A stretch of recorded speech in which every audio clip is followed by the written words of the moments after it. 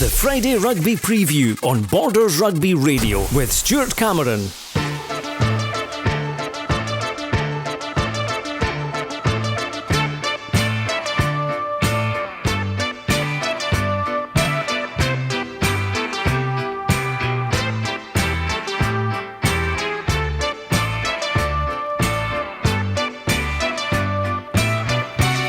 Well, hello and welcome to the Friday Rugby Preview programme. I'm Stuart Cameron. With me is Dale Clancy, and together we'll be taking a look at tomorrow's fixtures involving Borders teams and also catching up with the latest news from the Melrose Sevens 2023, which has a new sponsor and some new developments to announce. More on that a little bit later on. But let's begin tonight by offering commiserations to Dale on his Rangers team getting a bit of a hammering. Ibrox on Wednesday night, 7-1 and a 5-minute hat-trick for Salah. Hello. How you doing? You alright? Yeah, it wasn't the best watching on Wednesday night. Sorry, Are you okay? I'm fine. I'm hoping that after the weekend, I'm an Arsenal fan as well. That's my English team, so I was quite glad that we beat Liverpool in the league, so it's fine. It balances out. All these things do. It's always good to have a reserve team, isn't exactly it? Yeah, particularly when the first one's Rangers. Anyway, let's change the shape of the ball, turn to rugby, and we start with what will be our commentary match tomorrow, and we couldn't have picked a better match. National 1, Gala versus Kelso, first against second, both unbeaten after 5 games and just 1 point between them at the top of the table. It's going to be a good one. Yeah, it's going to be a cracker. I think that I've kind of nailed my colours to the mast in the last year or two. They're probably two of the most improved teams in certainly the Borders, if not wider Scotland, because they've really stabilised their clubs. I think even speaking to Neil Hinnigan a few weeks back, explaining the amount of players they've got at their disposal, the culture at the club, it is in terms of Scottish rugby, this is one of the biggest games this weekend. It's an absolute cracker because really somebody's going to lose. There's not a lot of draws in rugby, so it's a big game in terms of the season, and it's a huge one for Kelso travelling to Netherdale. That's a game that they've not had a lot of luck with over the last few years, but the border derbies, anything can happen. We know how tight they can be, so it's going to be a really interesting game. Interesting you say about the draws. I think there was one season not so long ago that Kelso had 3 in one season. Yeah, well, I don't think it's going to be this weekend, but I've been wrong before. So, yes, you have, haven't you? Yes, I have. I'm sure. More on that later, no doubt. But yeah, rugby's it's a funny game. Sometimes it doesn't go to form. Sometimes it's if you've got a team on top of the league, especially so early on in the season, we can't predict too much. A lot of teams are looking for the next kind of 3 games to see where the lie of the land is, because the teams take time to settle, especially at the beginning of the season. They're still welcoming players back, trying to get combinations in there. But I think that the reflection of Kelso and Gala at the moment is pretty accurate. They're probably 2 of the best teams in that league, especially it was a great win for Gala on the road at Hartree Mill. That's a difficult place to go, and they managed to grind out the result. So it's intriguing, and only one team goes up, so these victories are really important. 2006-2007 season was the last time Kelso won at Netherdale. Kevin Utterson, late penalty to win 15 points to 12. So all the ingredients are there, and let's meet up with Stuart Johnson of Gala, and first of all Neil Hinnigan, the Director of Rugby at Kelso. Hoping to make it 6 from 6. We know that won't be easy given the relentless form Gala are in at the moment. They're going really well, and up front they're very formidable, and then we look forward to it, and the team are in a good place at the moment, and we're still playing well in patches, and then other times just shooting ourselves in the foot a little bit. Last week we were 21-6 up by around the 50-minute mark, and it looked for all money we were going to push on and get that bonus point win, but fair play to Highland, they just stuck in the game and they got a little bit of luck here or there, fair play, but the character they showed was good. We just let ourselves down a little bit, and they scored 3 tries and 2 of them were pretty much the length of the field, so we just got to cut that sort of stuff out and stay concentrating for the full 80 minutes. It's not easy, but that's what we've got to do. At the moment we're taking it a game at a time, that old cliche, things like that, but we did start the season just looking to improve on what we were doing last season, and so far we have done that. We've been pretty good at times, and we can see the improvements around the pitch at different bits, and things that weren't so good at last year are better now, and so on. So yeah, we're doing okay personnel wise. Team selection may differ a little bit this week. Fortunately there's 2 weddings in the town, and there's 3 or 4 players across the team away to these weddings, so that makes life a little bit more difficult. But there's plenty of depth at Kelso at the moment. We've plenty of numbers, so with no excuses. The 15 players that start the match will no doubt give their all, and they'll try and get the result we crave, and that's all we can ask of the team. And at the moment, if we did win the game, it may change the dynamics and our thought trend on where things are going this season. If we lose, then we're where we are, and that's fine. We can deal with that, and we can build again from that. We can learn lessons, but until we see what happens on Saturday, we just don't really know where we are, and this will be the first huge test we've had. And from Gala's point of view, they're probably thinking similar, that they've had a decent run of fixtures and this could be a tough game for them. So the pressure's on them. They're the home side, and obviously they've got the view winning the league, and I can understand that completely. They were very unlucky last year to lose the league by a point to a strong Heritage team, so they've got some wrongs to right, and no doubt they'll be gunning for us. And Stuart Johnson's got them going really well. He's got them like a well-oiled machine at the moment, so yeah, we've got to go up there and try and disrupt that and get in the game and make it one of those border derby battles that we probably enjoy more, and that gives us a fair chance. And we'll just go up there and give it our all. Well, Neil will be in the commentary box and with Robin Purdy, and he promises to be completely neutral, although if his team's in front with a few minutes to go, I think we may forgive him for being a wee bit excited. But what about the Gala point of view? Well, home advantage for the Maroons, who will start favourites, their head coach Stuart Johnson. Obviously, Kelso only 1 point behind us in the league, with both us and Kelso undefeated so far, and both looking to continue the winning streak. So pretty sure it's going to be an exciting game. It'll be a physical encounter, knowing Kelso, one that we're relishing. Obviously, in terms of team-wise, we're bolstered by the return of Harris Rutherford from the Knights. He's had a couple of weeks with the Knights after impressing for us, and he comes back in to start at 10. Keith Young returns on the wing, again adding his experience out there, and John Turnbull comes back in on the bench for the backs. With the forwards pretty settled, with the exception of Angus Dunn. He's away to New Zealand to watch his girlfriend play for Scotland in the World Cup. So without him, but in comes young Jay Coltman onto the bench. So a very settled squad with some experience coming back in. So as I say, we're just looking forward to Saturday, and something's got to give in terms of win streaks. Hopefully it's not us. It's going to be an interesting one. Now, you got last week's prediction right with the featured commentary game, Peebles against Berwick. Peebles winning that. More on that a little bit later on. But what about this week? Two teams that have done incredibly well this season. It's a difficult one to call. I think my instinct tells me that I think it would be a Gala win. I think it'll be a narrow, maybe just over, just one score win for Gala. But that's only going off the back of what Neil Hinnigan said in terms of personnel, and they've obviously got a couple of social occasions in the town that they're perhaps going to be losing a couple of players now. I like how Neil Hinnigan's just put all the pressure onto Gala. He's said that they're obviously missing a few players. He has also said the pressure is on Gala. He's outright said it. He's also rubbed salt in the wounds by saying that they missed out of promotion last year by a point, and I think there was about 10 cliches in there. So, I think that he's done quite well to help protect the squad. They're travelling away from home, and I think the pressure is off them. But having Harris Rutherford back in the Gala squad's a huge addition back for them. I have been impressed with him with the glimpses that I've caught so far, and I think bringing him back into the folds, it's a really quality addition back for Gala. They're at home, they're top of the pile, they're playing well, they're undefeated, similar to Kelso.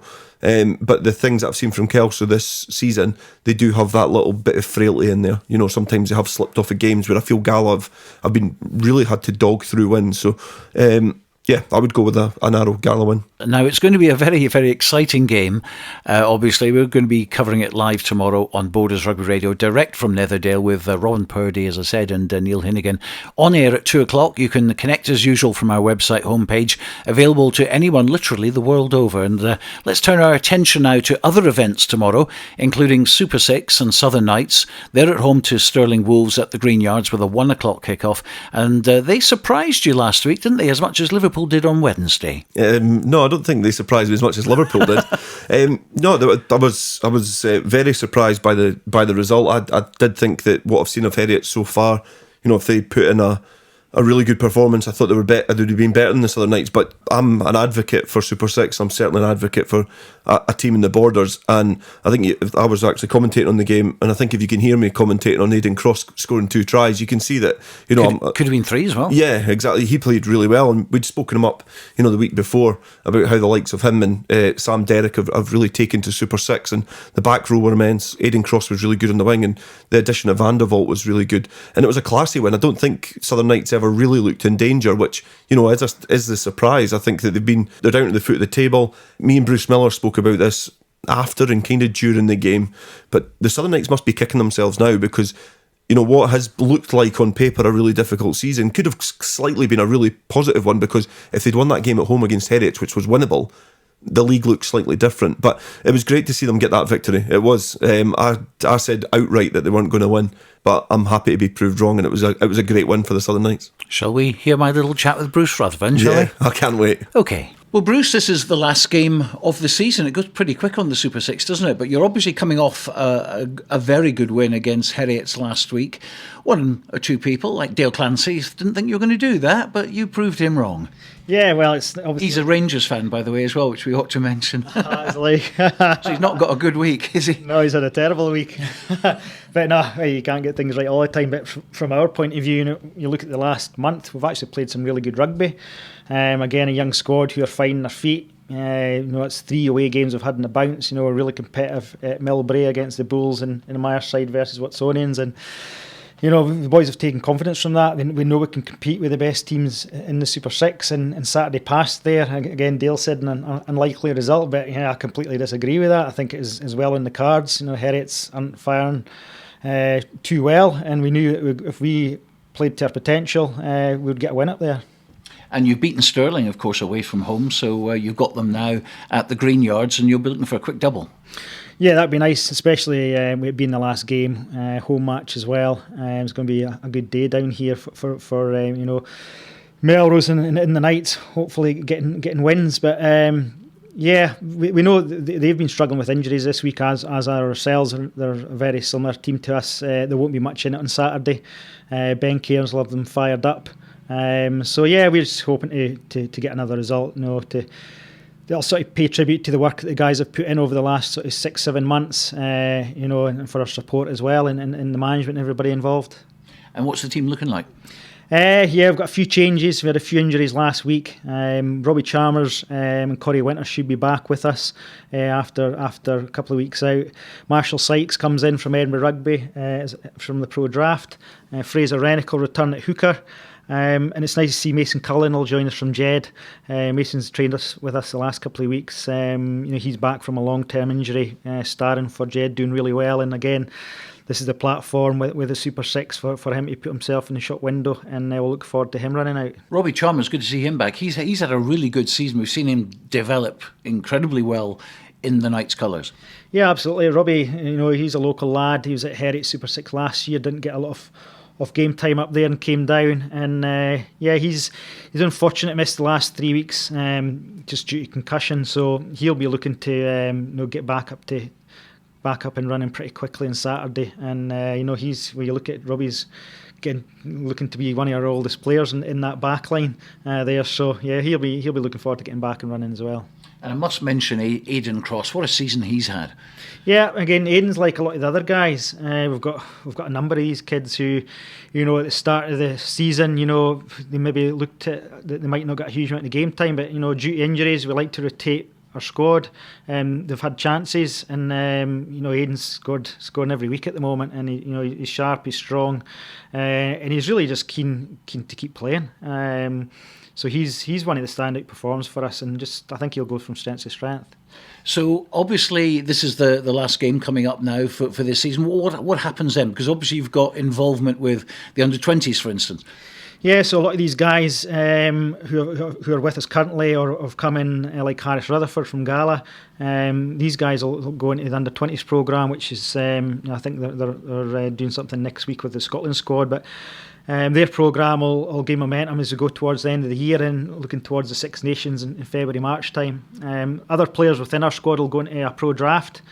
together with all the other Super 6 franchise teams and players on an individual basis. It'll be looked at to who gets filtered back down to the Premiership clubs.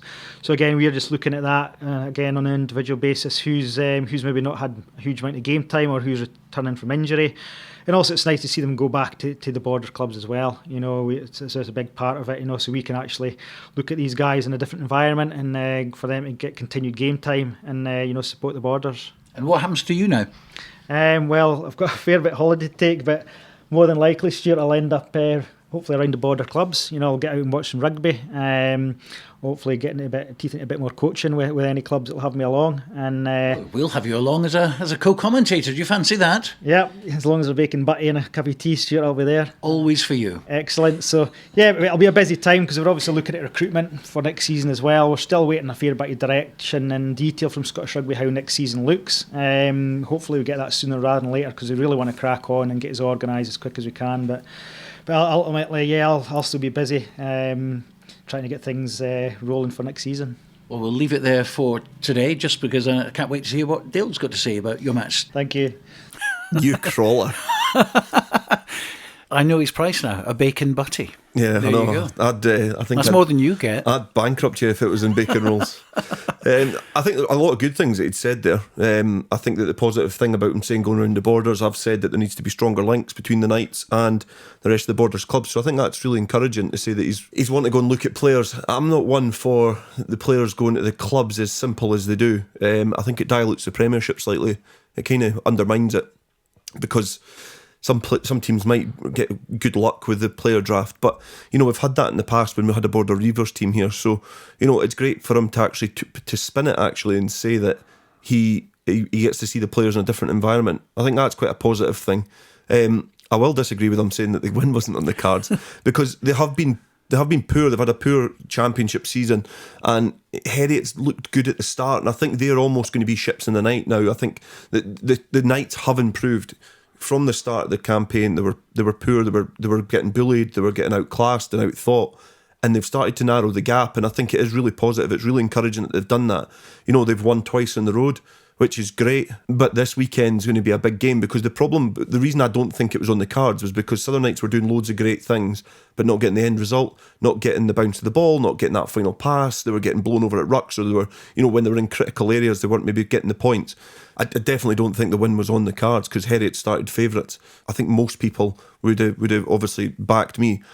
I'm definitely not hiding the fact that I was glad that Southern Knights won. It definitely wasn't on the cards, but it is a platform for young players. It is bigger than it's bigger than just Southern Knights winning every week. And when he's talking about Aidan Cross, a young guy that's taking his opportunity, that for me is what the Super 6 is about, is getting these guys in this testing environment and really seeing what they're made of and trying to nurture them and develop them for a career as high-level rugby players. And, we don't know what will happen to Aidan Cross, but, he's grasped his opportunity at this level. If he gets a chance on another rung of the ladder, there's nothing to say that he could go further. But, it's encouraging, and I think the Southern Knights are, for all the stick that I've given them, I've given Gala and Kelso stick in the past, and I'm happy to turn it around and say that I'm really enjoying watching them play rugby. I think the Southern Knights are almost going in the same direction because they are playing better. They're now testing teams. It's a matter of them pushing on and building those gaps with likes of bringing Mason Cullen and Harris Rutherford, going round the border clubs. Is there any gems at Hawick that he can bring back into the club, Selkirk, and make these links and then have a Borders, South of Scotland, Southern Knights representative team in the Super 6. I think that's the next step in the project of the Southern Knights. Okay, I know it's very difficult, obviously, from a governing body's point of view and from the SRU, and lots go on behind the scenes, and I'm sure they're doing their best to try and get different fixtures for Super 6, etc. But at this point in time, the fact that nobody knows what the next chapter is it going to be a sprint series? Are we going to see the promised cross-border coming into play? Because the fact that you've got 6 teams literally playing each other week in, week out, it's not a great product from that perspective. Other points of view, yeah, and you've made some good points about the good parts of that, but they have to play other opposition, surely. Yeah, I'm not going to disagree with that. I think the sprint in the league itself is quite repetitive. You've got the same players and the same team. There is in some squads you do see a little change and you go, oh, that's a new halfback partnership because they've got the depth. You look at Watsonians and Ayrshire Bulls, for example. The Knights have almost been forced into a lot of changes. They started last season with Redpath at 9, and now, you see Kyle McGee, their centre, going in at 9 to cover. So, they've been stretched really thin. But it does get quite repetitive, all the teams playing each other at the same time, and you almost get a bit complacent, as I did perhaps, in going, all right, Heriots are going, they're above them in the table, we'll just go with a home victory because that's what the paperwork is telling us. So something else does need to happen, but I think we all get a little bit frustrated. Like, I don't know what the goings on in organising a nationwide rugby project for national team down to grassroots. I think that it's on the right track. The product itself is really good. I can't knock the product. It is a great hybrid between professional rugby and amateur rugby. I totally agree that there's more work to be done there. Like, it's the foundations are in place. They need to start getting the building blocks down now in terms of maybe testing these players going, a cross-border competition, as you say. But will that have knock-on effects? Because are Wales looking to try and now enter the Premiership? Is it going to then be swallowed up down south? So there's a lot more to it. But the one thing that they need to do is push it and develop it and build it, because our age grade setup isn't tested enough. We don't put our young rugby players in a high enough quality environment. So yes, it's great rugby and it's good to watch for a spectator, I believe, but it's still quite repetitive, and it will just make our players a little bit more complacent, I think. Because people have said, well, why don't we have Scotland under 20, for instance? But then you're diluting the clubs, aren't you, by doing that? And another thing, of course, everyone was looking at a Super 8 and then Super 10, maybe Super 12, and then building it, and obviously having a lot more teams involved in the project, and that obviously would be good, but we're miles away from that situation at the moment. Yeah, and there needs to be some sort of outward thinking, because obviously there was talk about London Scottish perhaps joining. You see a lot of that on social media. Then obviously they get swallowed up by Quins down south, so that fire's out there, it's been extinguished. But something a little bit closer to home, Falcons, can we pretend to filter some players down there and use them as our third professional team? And we could almost have a Falcons development team in Super 7 or Super 8. And there was talk about a hybrid Edinburgh Glasgow, as you say, an under-20s team, but there needs to be something else added to it. However, I do really like the product. I think the games that I've watched have been really exciting and really good, but there needs to be the next phase. We've went through phase 1, and then we've added on phase 1.5 with the sprint series, but there probably does need a little bit of work to add to it and really supplement it. Well, lots of questions and not so many answers at the moment, but hopefully things will get a little bit clearer in a few months' time. But let's go to our club rugby again. We've already mentioned Gala against Kelso, but you have to say last week, a brilliant week for Borders Rugby. Victory in the Super 6, 3 wins out of 3 in the Premiership, 3 wins out of 3 in National 1, and I guess someone had to lose in the Derby in National 2 between two Borders sides, which is obviously what happened. But now we have 6 teams from the Borders in the top 14 rankings at the moment, which is great news for Borders Rugby. Yeah, it's great news when there's little appetite. I think the clubs are working really hard to try and get that appetite back amongst their community to play rugby. You look at teams like, say, Gala and Kelso, as I've mentioned, getting good numbers. Peebles are getting good numbers from what I hear as well. And obviously you've got a strong contingent again at Hoyk with all the teams that they've got at their disposal playing. So there is obviously an appetite back there, but again, pushing on from that and developing it, because there's less and less people playing rugby now, and it's trying to make it an attractive proposition for youngsters to play. And obviously we were speaking about the lasting effects of dementia and MND in our episode a couple of weeks ago. So there's a lot of risk factor to it which can put people off, but there is no better social environment for youngsters in this area than a rugby club. It is absolutely phenomenal. The stuff you get to do, the people you meet, the connections you make. I've always thought rugby clubs are the best clubs in the Borders, and it's great to see them all on the field doing so well, but off the field as well, they're doing some good stuff. Well, let's look at the Premiership this week then. We'll start with the only unbeaten side in the league, which is Hoyk, who'll be tested to the max tomorrow at Millennium Park against Curry. Here's head coach Matty Douglas. Yeah, look, there's no question about it. This is a massive game on Saturday for both teams. There's a pressure on us to keep performing away from home and to keep this run of wins going, so the players know what's expected of them and they know what it's going to take to get any sort of result here. We feel if we get our set piece right, play in the right areas, take the right options, then we'll be able to put them under some pressure and hopefully that's enough for us to get some sort of result up here. But we're under no illusion it's got to take a mammoth effort to come away with any sort of points. We found that out last season, just coming up short. So on the whole, the boys have worked hard after a big win against Mar last weekend, and it's one that we're really excited for. I think it's the first time going up here in a long time that we're excited and we're ready to go toe to toe with them. So team selection wise, the pack stays the same as the win from Mar last weekend. Backline wise, Kirk Ford is the only change. He comes in for Bailey Donaldson after Kirk missed out wellness last week. On the bench, Ross Graham comes in for Rory McLeod, and also Grant Hagan comes in for Kieran Riddle back for injury. So on the whole, there's a lot of competition for places, and it's great to have, and there'll be a lot of boys ready for a chance when they get it, and it's what you need in a squad environment. So yeah, look, on the whole, it's one we're really, really excited for on Saturday. Okay, that is Matt Douglas.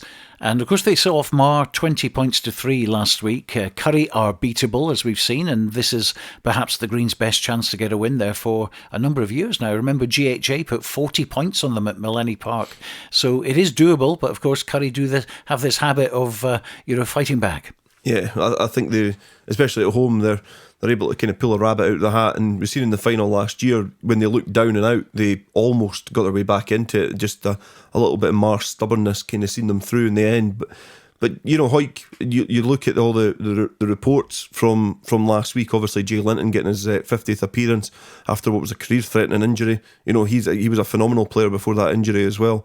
They've got a good bit of squad depth there, and I think that they're going into that with pack power, which I think is something that perhaps in the past has been a bit of their undoing, because they've always been a nice skillful Borders team, small in stature, big in heart, good in skill set.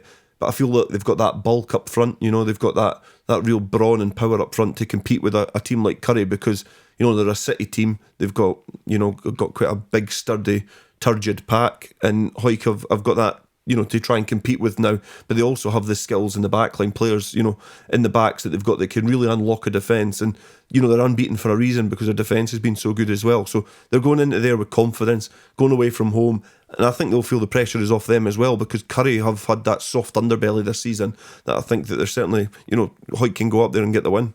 Also in the Premiership, Selkirk against Mar. Now that's at Fullerton Park. Selkirk seem to be the bogey side of Mar. And let's find out what Scott White has to say. He's the head coach of Selkirk ahead of the match. Still looking for this consistent performance over 80 minutes. And we weren't very clever. First half against GHA last week, went into half time 7-6 down, and we ended up being 14-6 down, and then last 15 minutes we kind of turned up, I dare say. We scored 3 late tries and won 28-14, which is brilliant from a momentum point of view. I think we made obviously a few changes at half time, which had a big effect on kind of our performance. So that'll be reflective in probably the squad selection this week. We also welcome back James Bett, Andrew Cochrane, and Scott McClaymont back this week, having missed last week. So selection will be tough again. We've obviously worked on a couple of things this week to take up to Mar, which is obviously going to be hard. Last year's champions, they've still not been beat at home this season, so it's one that it gives us kind of the challenge that we want, and then then we'll see exactly where we are. We've got a huge 3 weeks for the club coming up. We've got Mar away, Curry at home, Hoyk at home. So after these next 3 weeks, we'll know exactly where we stand. But for us, we're very much focused 1 week at a time. And this week, obviously, we go up to Mar, and boys are confident. We've started the season really well, but they're last season's champions, so it's not going to be easy. So Selkirk still up there, but how they perform against Mar and Curry over the next couple of weeks, as Scott said, is really going to determine their chances for the rest of the season, you would think. Yeah, definitely. I think those 3 games that he's rattled off are big games. They've started really, really well, and again at the start of the season, when we were kind of looking at the kind of runners and riders, I certainly wrote Selkirk off because of the campaign they had last year. They've brought some players in, but I think the players that they've brought in have just added, and I think allowed the other players to do their job, because there's a lot of good players in that squad. Obviously, Aaron McComb's come back from injury. He's a really good player, but a lot of the time he was having to wear different hats. Like, he was having to play 9, 10. He was slotting in at fullback, but he's probably slotting in at fullback now because he's able to do his job, and he's just going out in the field and asked to play as a fullback, not having to act as first receiver, unless that's the game plan, obviously, because we see that quite a lot. But, he's not asked you to clear out rucks or just be the hero. I think that Scott White has really brought a good style of play to Philip Hoch, but I think this season they've been lucky with injury as well so far.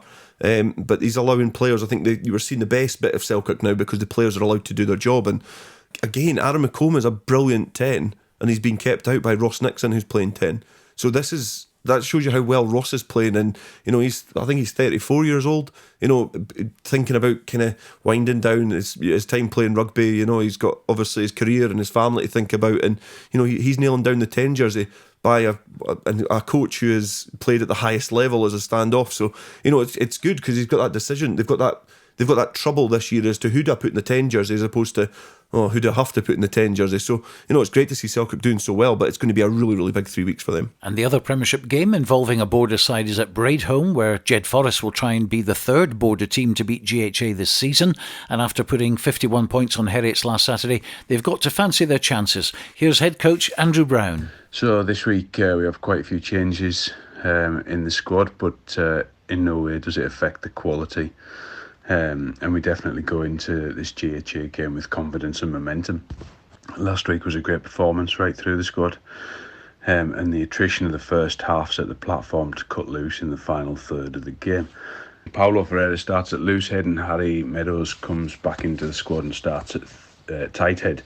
Ben McNeil started last week at 8 but moves to 12 to cover for the injured Ricardo Ferreira, Paulo's brother. So this means in turn Matthew Atkinson, who played in the second row last week, moves back to number 8, and John Story, who started on the bench, will start in the second row.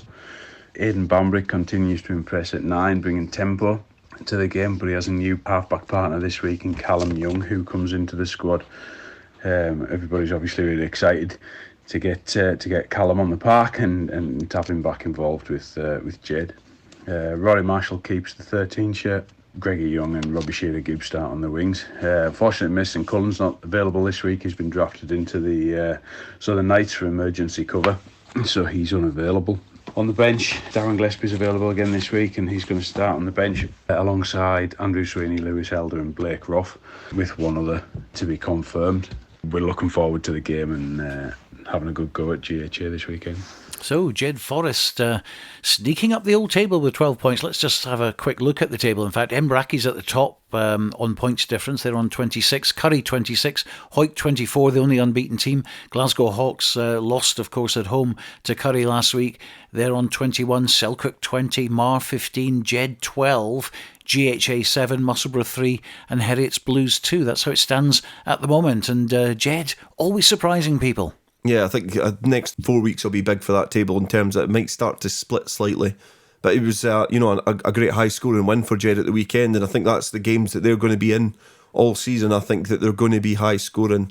Their defence obviously is leaking points, but the beauty about Jed, the beauty that has always been about Jed, is that they're always able to score points. They're able to score tries from any point in the pitch. They just turn it on whenever they want. It's just that consistency and squad depth, but that sounds like a really strong squad that they're able to put out this weekend. And GHA, obviously, they like to score some points. They put a lot on Curry, as you mentioned, at Maleny. They'll probably be 6-6 then or something. Yeah, I know. 9-6 to Jed.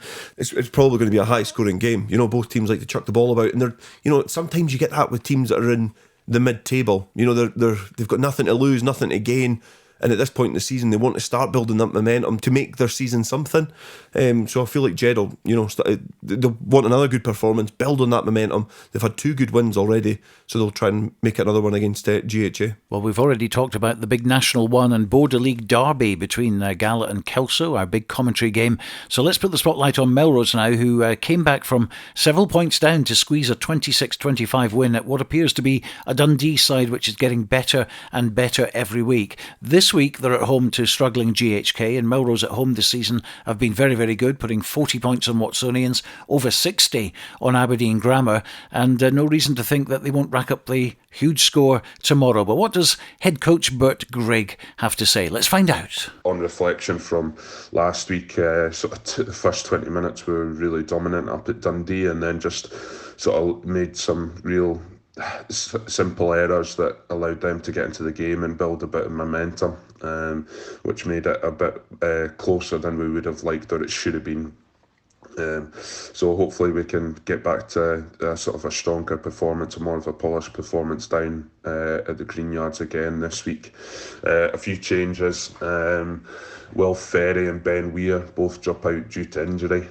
So it sees Ben McLean slide back from hooker into the back row position with Logan Kirk starting and Ross McConnell stepping up from the Storm last week to join him in the back row. Few changes in the back line with Stuart Hutchison returning to his normal number 10 position, Gav Wood and Donald Crawford into the centres, and an exciting back three of Archie Pilcher, James Brown and Hamish Weir. We'll look to take advantage of their sort of added pace on the 3G pitch at the Green Yards this weekend. So yeah, GHK done our work on them. They've obviously got a very strong set piece scrumming line out. Peter Wright's done a great job there, and we're expecting a tough shift up front on Saturday.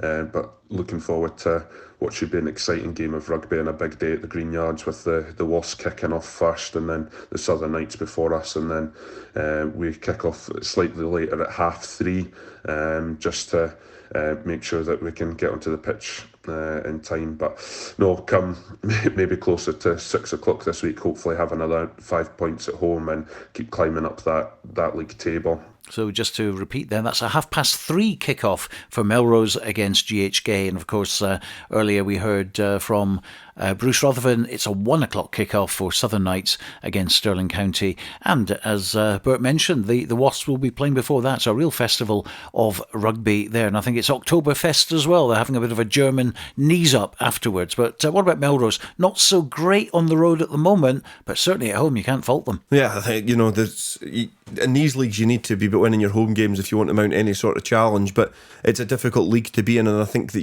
you've got the inconsistency of results makes it really hard to predict, and I think that that adds to the beauty of National 1. Premiership is like that this year as well, and if you actually look, Nat 2 is also like that. There's a cluster of teams, all together in the same area.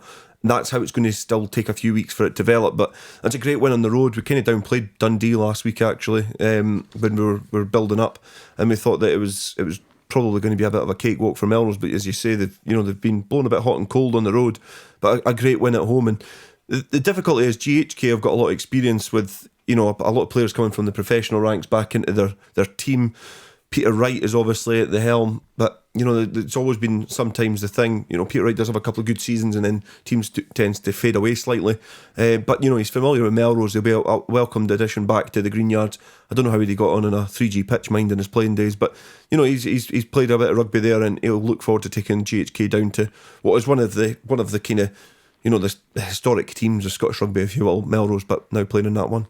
National 2 now then, and following Peebles' victory at Berwick, they take on league leaders Glasgow Ackies, who have been beaten, of course, by Falkirk, who in turn were beaten by Berwick, so they must fancy the chances at the Gites. And here's head coach Ian Chisholm. Lots to be happy about after a bonus point win away at Berwick. I think that we started pretty lethargically and we went down 12-0 pretty early on. I had a funny feeling that might happen, and I think us as a group, we understood that it might happen, and that we just need to keep chipping away and get some sort of possession that can launch attacks from. Our line out was pretty poor. I think it was about just over 50%. Conceded 14 penalties again, which is down from what we have been before, but it's still way too high. And if you look at the territory that we had 23 entries into the Berwick 22, but we only came away 4 times with scores. We've got a fair bit of work to do, but we're really starting to see glimpses of the rugby we're trying to play on Saturday. I think we kept hold of the ball for long periods of time. We gave it a lot of width, and there was a bit of bite in our carries that we've not seen before. Glasgow Ackies, they're going to be a different challenge to Berwick. They'll want to give the ball some air and use their dangerous backs, but I think that result against La Suede, it tells me that they're packing up to the challenge as well. So look, we understand that it's not going to be easy. They're sitting top of the league at the moment, and they're going to come down expecting a result. But look, we're at home. The boys I think they're starting to believe that we can play the type of game that I'm after, and we've got several players coming back into contention that that we've not had for a while. Andrew Brown was due to be in the squad this week, but his wife's been induced, so I think he's got more important things to do this weekend. Thinking about the squad that we've had over the last 2 weeks, we've had Murdo Anderson and Rob Harrison in the centres, and these are two back row players I've asked to play in the centres, and they've been great. We've simplified their roles, we've given them a right to roam, and they've really bought into what I'm wanting to do. But look, this week we've got the likes of Neil Hogarth, Scott Stoddart, Buster Davidson, Kenny Clyde, Ryan McConnell, Roddy Guinea, Adam McDonald, Jack Harrison. They're all available for us this week. So the fact that we're getting positive results with only 5 backs in our squad, it says a lot about the boys and how much they care. And our team is very much up in the air. But our front row last weekend, Willie Aitken, Andy Muir and John Gray, they did a great job. There's little bits and bobs that I want them to add to their game, but look, it's a good foundation for us to build from. Finlay Collins, he'll move into the second row with Ross Brown. We're looking at Rowan McKeever or Ewan Jackson with Finlay Sinclair or Roddy Guinea, who's coming back into the squad in the back row. DC and myself will keep our places at half backs. James Dowd, Frey McKeevan, Donald Anderson, they're working pretty well as a unit in the back threes.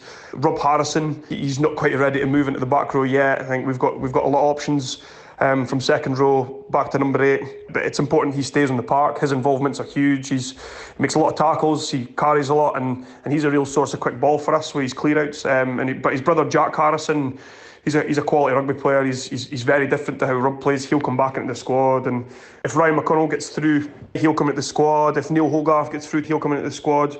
We've got Kenny Clyde, who's ready to come in, but we've also got Cammy Pye. He goes about his work quietly, and defensively he's more and more effective every game, and when he does carry ball, he's like a juggernaut, so he's a real source of go forward for us. And of course we've got Murdo Anderson, who he was man of the match. He was Berwick's man of the match last weekend, so I've got loads to think about. We can't afford for boys to be kind of okay and come into the squad and then leave the pitch with that same injury that we could have avoided. So the boys that are carrying niggles, I'd rather we save them for next week or the weekend after, and we got everybody back on the pitch. Ian Chisholm, here endeth the lesson. Wonderful stuff. Well done to Ian, though. Always a great insight on Peebles and the workings behind the scenes. And, Ian, last week, controlled the game at 10, still got loads to offer himself on the pitch. And, of course, a home win against Accies could put them leapfrogging above Glasgow Accies, and if Kirkcaldy don't get a win, lose their unbeaten record, Peebles could be top this time next week. I've been the biggest driver of the Ian Chisholm fan club bus, I think, for the last few weeks, and he's really bought into Peebles, and I think the guys have bought into him, which has brought a lot of positive results, which kind of culminated there with the Berwick win in a game that they were behind in, they were struggling in, and then came back into it. But Ian Chisholm is, in his own right, a very good rugby player. Albeit apart from that, maybe he did put in a 50-yard pass. It did go back. Oh yeah, that was a strange one, wasn't it? Yeah, it was different. But he was the third person there recovering. He goes into so much depth in his analysis, and I've said how much the guys are enjoying working under him because they're doing it as a hobby. You hear there all the players coming back in. It's players that have been injured that have got jobs on building sites. I mean, you've got firefighters, you've got people who work offshore. They're all coming back because of the environment that he's creating. But they're big names coming, like Ryan McConnell, obviously ex-Scotland age grade, Roddy Guinea, ex-Scotland age grade, that are coming back and playing in the club. You've got Willie Aitken in there, ex-Scotland age grade, that is still playing at the age, I think he's about 73 now. So, they've got a great little melting pot of players now.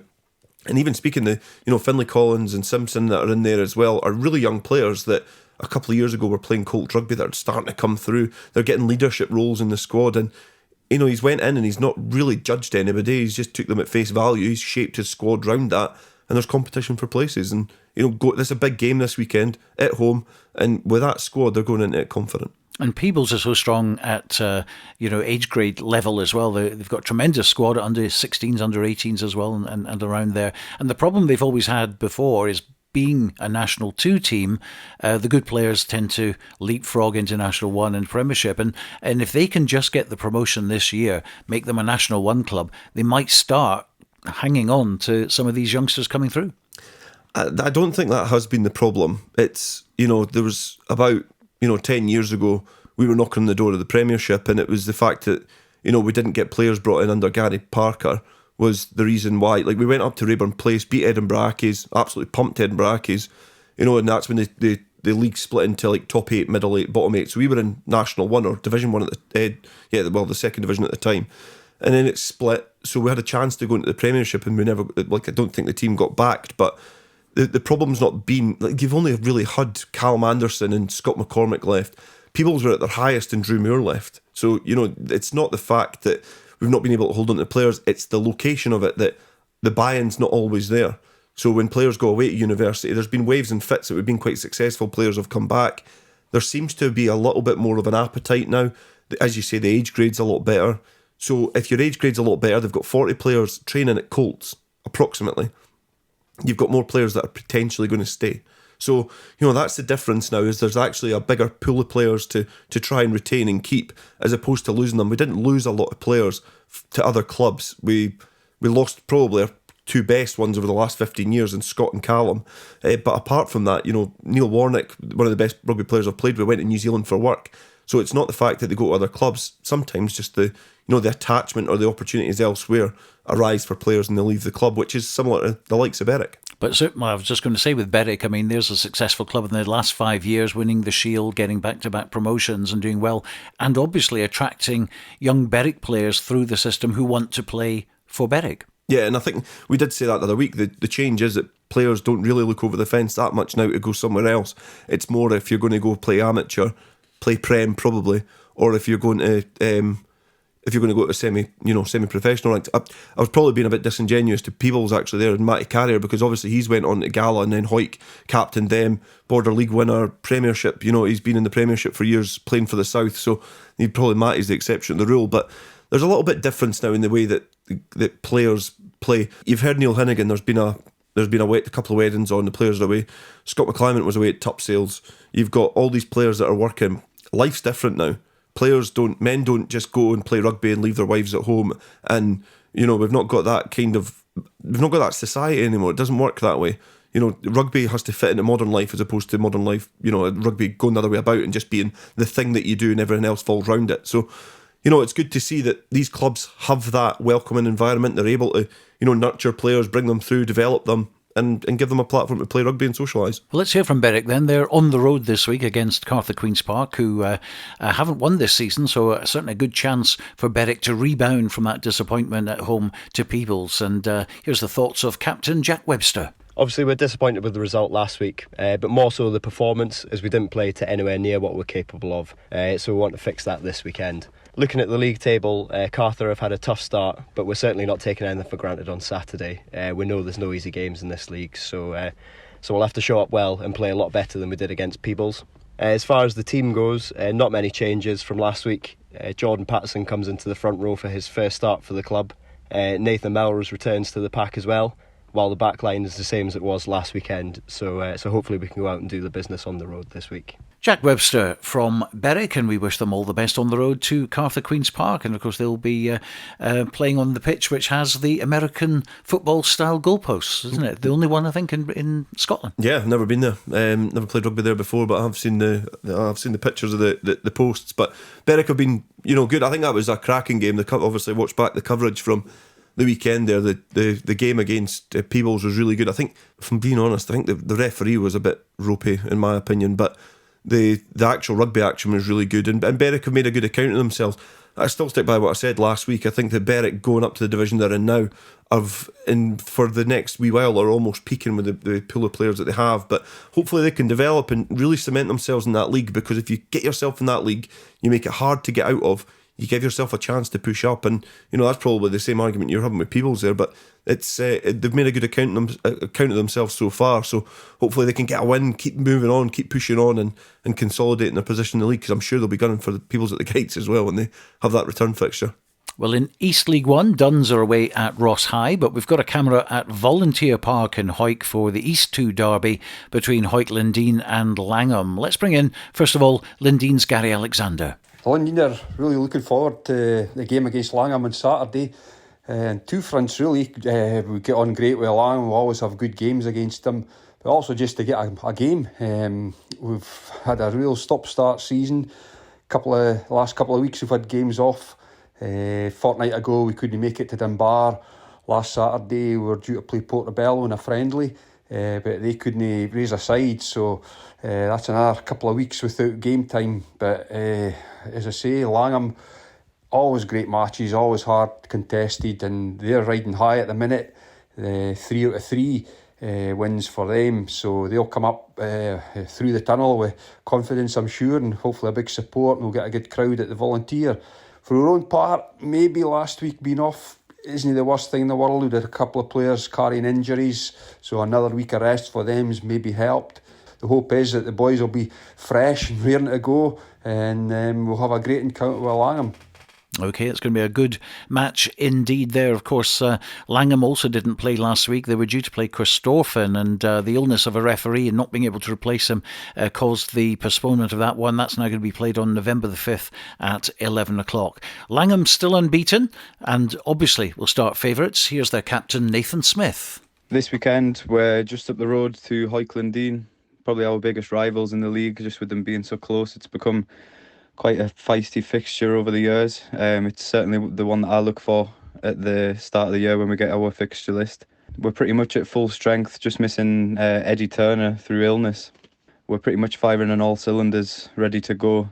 It's a shame for missing last week. I believe the referee, our first referee that we were assigned, was ill, and they were unable to get us another one. So that's another game that'll have to be postponed and played later on. But we're excited for this week to get up there. Hoyclandine, going by the league table, aren't firing this year. But we know that games like this, it doesn't really come down to form. Anything can happen on the day, and through past years, we know what a good side they can be. So we're looking forward to getting up there and seeing what they're about, and hopefully get the win.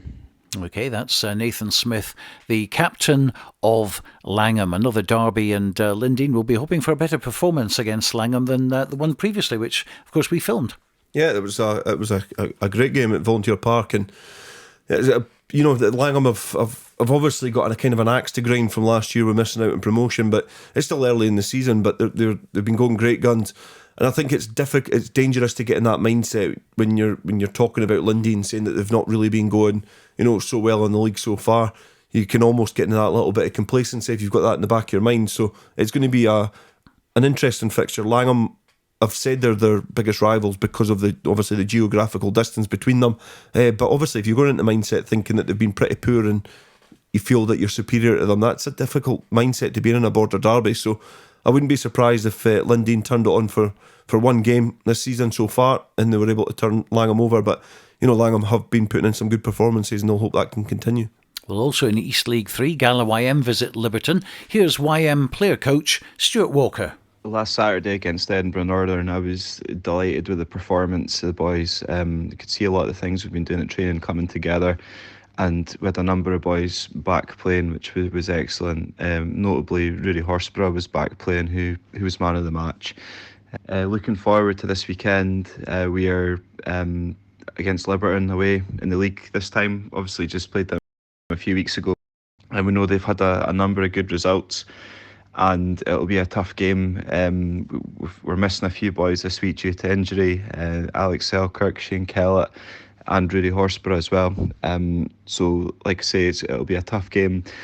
They'll be looking to get us back for that last bowl victory that we had down at Netherdale.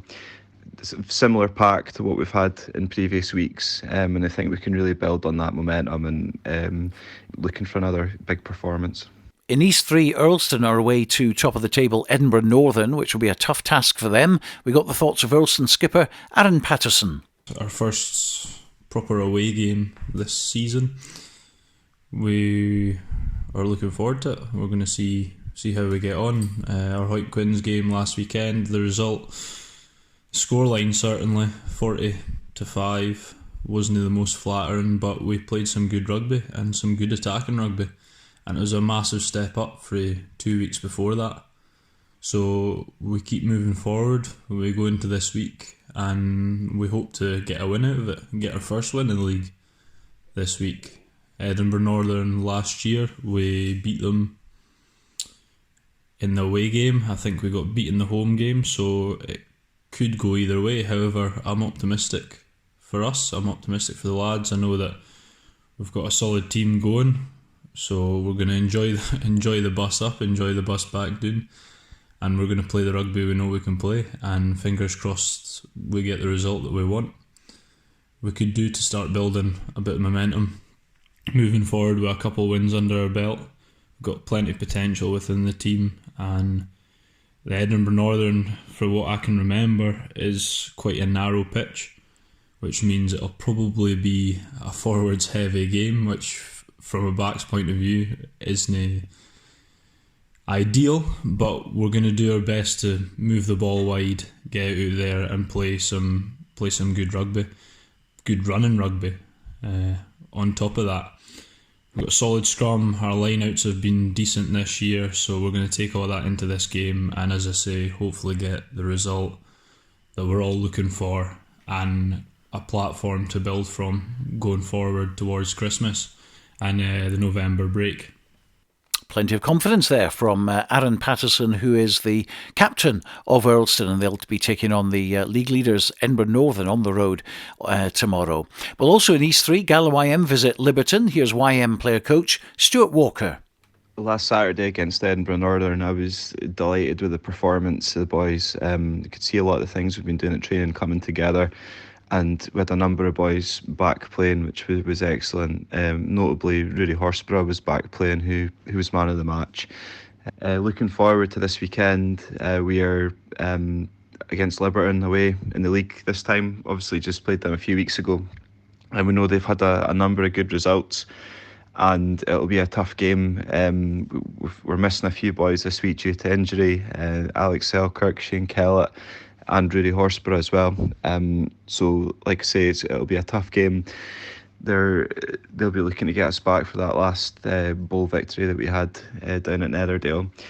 It's a similar pack to what we've had in previous weeks, and I think we can really build on that momentum and looking for another big performance. Well, let's have a look at Kelso Ladies, who won their match last Sunday against Lismore, so that's 3 from 3 from them.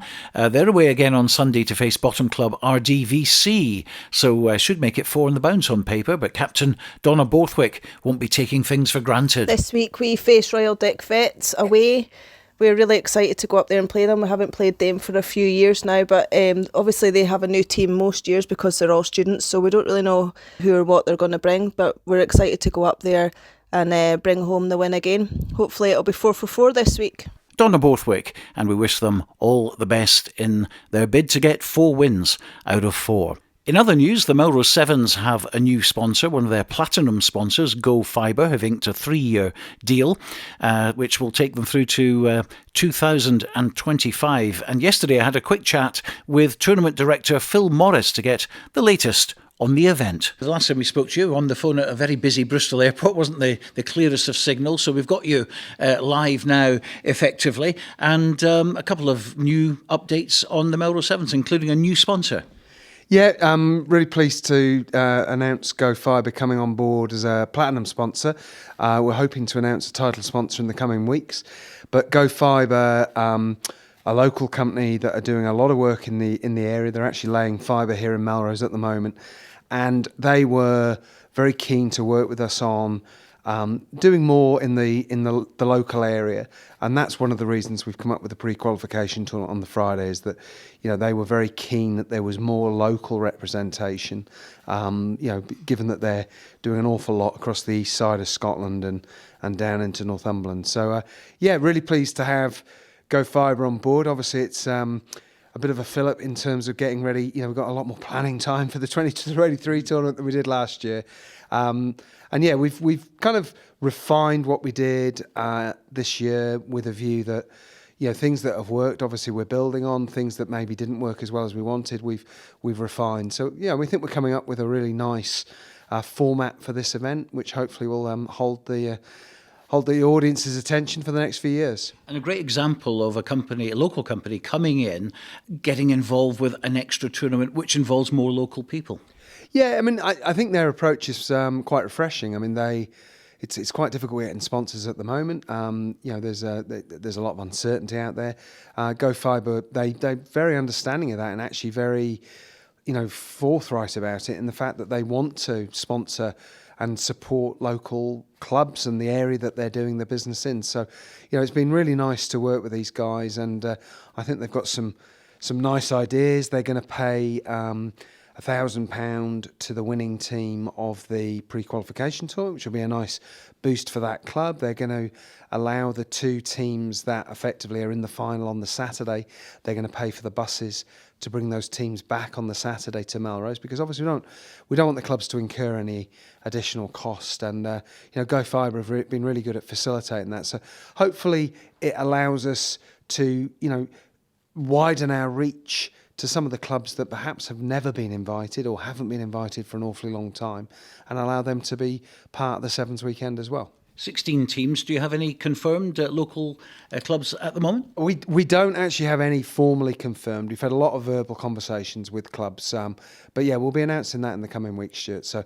I'm sure people can guess the kind of clubs we're trying to bring to the event, and it's people like Duns Rugby Club, where Go Fibre were founded. We're trying to encourage them. They've never been at the Sevens, and it'd be nice to see them have a chance to get a team out on the green yards and see if they can win the £1,000. And the Friday tournament is at the green yards, yeah? Yeah, everything's on the green yards. So the pre-qualification tournament will be happening on the Friday, starting sort of early afternoon, and then that will get interspersed with the under-18 tournament that will kick off at sort of 5:30, where Hoyk Youth, who used to have that tournament on the Saturday, have kindly allowed Melrose to take that slot, which, I think obviously it's good for us, but I think for everybody, we all need to work together, and Hoyk have very kindly allowed us to run that event on the Friday with a view that it means all those under-18s can be part of the Melrose Sevens on the Saturday, which previously they've struggled to do.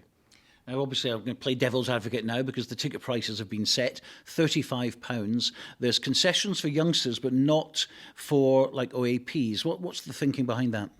Yeah, we've just had some difficulties regulating all this stuff. And, when we looked at our pricing and we looked at the way, the event's structured, it's very, very difficult. And, it is in this modern era, it's kind of difficult to be discriminatory, etc. So we've just taken a simple approach where, the ticket price, obviously costs are rising, but the £35 ticket does allow everybody access to the Friday and the Saturday. And, it is really pretty good value for anybody that wants to come and watch their rugby. So certainly it's give or take the price of an Edinburgh or a Glasgow game, let alone, going to watch one of the internationals. There's a few new things to talk about. The Hall of Fame is back, but it's going to be switched in terms of venue. Yeah, I mean, it's not a massive switch. Last year we had a reasonable sized tent on Gibson Park. We struggled to heat that, frankly, and that caused a problem on the latter stages of the Thursday night. So we've found a way of expanding the VIP hospitality tent on the car park at the Green Yards that we had for the first time last year. So we can make that slightly bigger. So we're actually going to, and that's a heated tent. So we're going to put the Hall of Fame dinner into that tent rather than on Gibson Park. So that'll be on the Thursday night again. Because even Graham Dodds was cold. Well, I think he had a few whiskies, so I think he warmed himself up by the end of it. It wasn't too bad, but look, it wasn't an ideal situation. And you're always subject to the weather, but heating a large tent like Gibson Park was just cost prohibitive and actually quite impractical to do.